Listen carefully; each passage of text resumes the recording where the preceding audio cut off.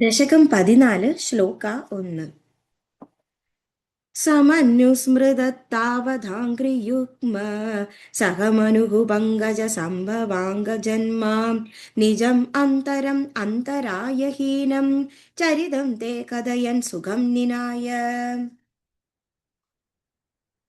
സമനുസ്മൃത, ആ മനു വളരെ സ്മരിച്ച്, താവകം ക്രിയുഗ്മ, ഭഗവാന്റെ തിരുവടിയുടെ ആ പാദയുഗ്മത്തെ നന്നായിട്ട്, സ കൂടി, മനു ആ മനു, പങ്കജ താമര, സംഭവാംഗ സ്ഥിതനായ ബ്രഹ്മാവ്, ജന്മ പുത്രൻ, നിജം തൻ്റെ 71 ചതുർയുഗങ്ങളാലും, അന്തരം മന്വന്തരം, അന്തരായ യാതൊരു, ഹീനം തടസ്സമില്ല, ചരിതം അവതാര, തേ ഭഗവാന്റെ, കഥയൻ കഥകൾ പറഞ്ഞ്, സുഖം സുഖമായിട്ട്, നിനായ കഴിച്ചുകൂട്ടി. അതായത് ഈ ദശകത്തിൽ കപിലാവതാരത്തെ കുറിച്ചാണ് പ്രതിപാദിക്കുന്നത്. ഈ ശ്ലോകത്തിൽ ആ മനു എങ്ങനെ വളരെ നന്നായിട്ട് സ്മരിച്ചു. ആരെ?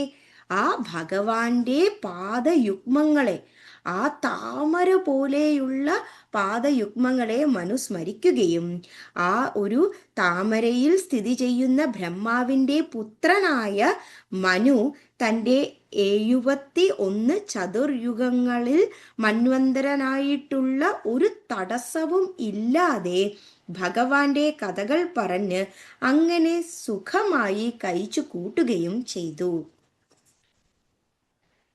സമനുസ്മൃതതാവകാംക്രിയുഗ്മഃ സമനുപങ്കജ സംഭവാംഗജന്മാ നിജമന്തരമന്തരായ ഹീനം ചരിതം തേ കഥയൻ സുഖം നിനായ. സർവത്ര ഗോവിന്ദനാമ സങ്കീർത്തനം. ഗോവിന്ദ ഗോവിന്ദ.